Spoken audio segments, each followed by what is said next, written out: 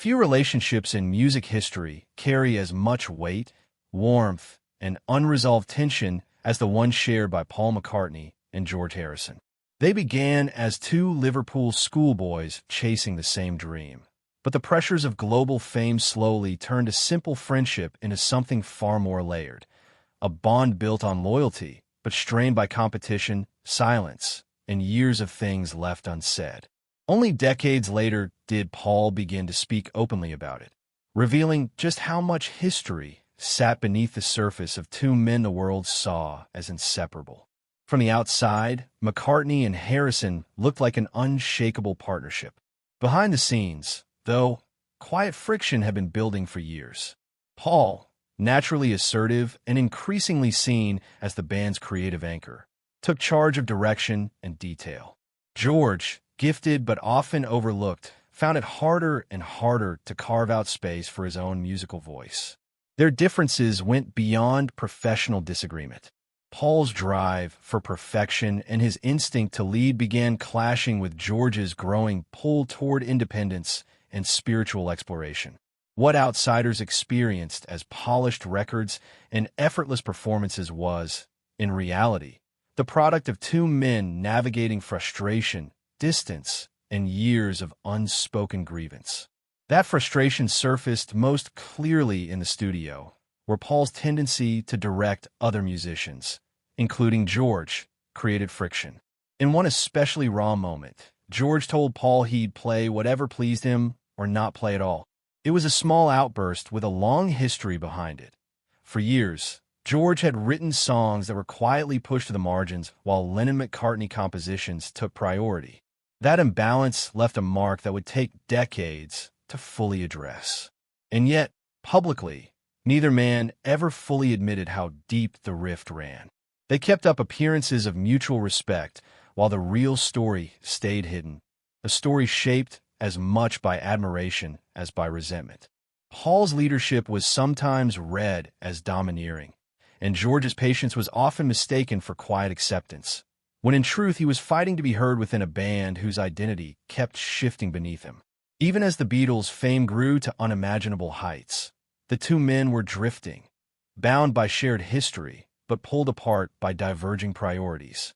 Still, Paul remained, in many ways, an early champion of George's talent. Their story wasn't simple hostility.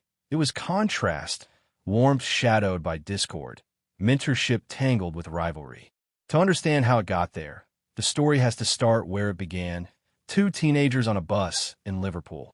Long before Beatlemania, Paul and George's connection took shape in the ordinary corners of Liverpool life. Hallways, buses, and shared boredom at the Liverpool Institute High School for Boys, which they both attended starting around 1954. Paul, a year older, was already known for his sharp wit and musical instincts. George was quieter, less at ease in a school system that didn't suit him. Their bond didn't come from the classroom. It came from the long bus rides into the city. Paul often brought his guitar along, using it to draw people in outside the rigid boundaries of school life. George noticed, and what began as curiosity turned into hours of conversation about music that stretched well past the length of any class period. Both boys had fallen for the skiffle craze sweeping in from America, an accessible, energetic style that pulled countless young people toward picking up an instrument for the first time. Their musical taste took shape around the same wave of American rock and roll. Elvis Presley, Buddy Holly, Little Richard. George was especially struck by the raw power of Heartbreak Hotel, which pushed him to practice more seriously. He'd sketch guitar shapes in his school notebooks and play until his fingers were sore, a habit that eventually hardened into genuine devotion. Paul's musical foundation came partly from home. His father led a jazz band, and Paul had formal piano training before he even met George, who was already deep into guitar by then. Paul recognized something real in George's discipline, and that recognition became the seed of a genuine friendship, one rooted entirely in a shared love of music. By 1956, George was playing in a local skiffle outfit called the Rebels, already treating music as more than a passing interest. A year later, Paul joined John Lennon's group, the Quarrymen, the beginning of a partnership that would eventually reshape popular music. Paul pushed to bring George in as a second guitarist, but John initially resisted, thinking George looked too young for the group. That hesitation ended the moment George played a note-perfect version of the rockabilly instrumental Raunchy on a Liverpool bus. His skill spoke for itself, and the trio was complete. From there, the three spent countless hours together, working out chords and imagining what might come next. For Paul, who had lost his mother at 14, this circle of friends offered something steadying. For George, it offered proof that he belonged among musicians he respected. What started on a school bus would eventually carry them to the edge of global fame. As the Beatles exploded from Liverpool club regulars into worldwide stars, the pressure reshaped everything, including the relationships holding the band together. By the mid-1960s, Paul had firmly established himself as the group's creative engine, driven by a perfectionism that shaped much of their sound. That shift, however, came at George's expense. George was no longer content being cast as the quiet one in the background. He was developing into a serious songwriter with his own perspective, but the Lennon-McCartney partnership continued to dominate the band's output, leaving George's contributions frequently sidelined. The tension wasn't confined to scheduling. It seeped into their personal relationship. This dynamic became especially visible during the making of Sgt. Pepper's Lonely Hearts Club Band in 1967, an album widely regarded as Paul's artistic vision. George's contribution, Within You Without You, reflected his deepening interest in Indian music and philosophy, a deeply personal statement that, to the rest of the band, registered as just another track on a larger concept record. For George, it meant far more than that. Things came to a head on January 10, 1969, when George walked out of rehearsals entirely, later describing the atmosphere as unhealthy and unhappy. His departure rattled the group. John had made similar threats before without acting on them, but this was different. George was essential to the band's sound, and after 12 days away, he returned, though the underlying fractures were far from healed.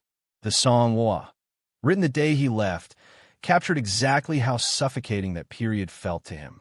A private conversation recorded later that year by writer Anthony Fawcett captured the emotional distance between the two men. Paul reportedly told John that George's songwriting had finally caught up to theirs, a comment George dismissed, pointing out that he'd been writing at that level for years. Paul saw George as someone who had arrived late to serious songwriting. George saw Paul as unwilling to make room for anyone else's voice. That disconnect would shadow their relationship for years to come. George's solo material absorbed much of this tension.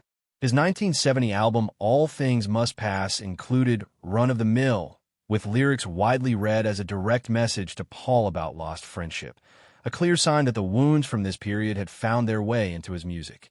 Despite the turmoil, 1969 also brought George one of his defining creative triumphs. During the recording of Abbey Road, he delivered two of the album's most enduring songs, Here Comes the Sun and Something. Both tracks confirmed what George had long known about himself. He had become a genuine creative force, not just the band's guitarist. Something, in particular, became an instant classic. Frank Sinatra later called it one of the greatest love songs ever written, and even John Lennon praised it as the album's standout track. For George, this recognition validated years of being underestimated. But the acknowledgement didn't necessarily bring the two men closer. George still resented Paul's habit of stepping into arrangements, feeling his own discipline was routinely overlooked, and their working relationship stayed professional rather than warm. Paul, meanwhile, watched George's rising profile as a subtle challenge to his own position within the band. Abbey Road, released in September 1969, arrived just as the Beatles were quietly falling apart. Brilliant music produced by a band already fractured beneath the surface. The formal breakup followed in 1970.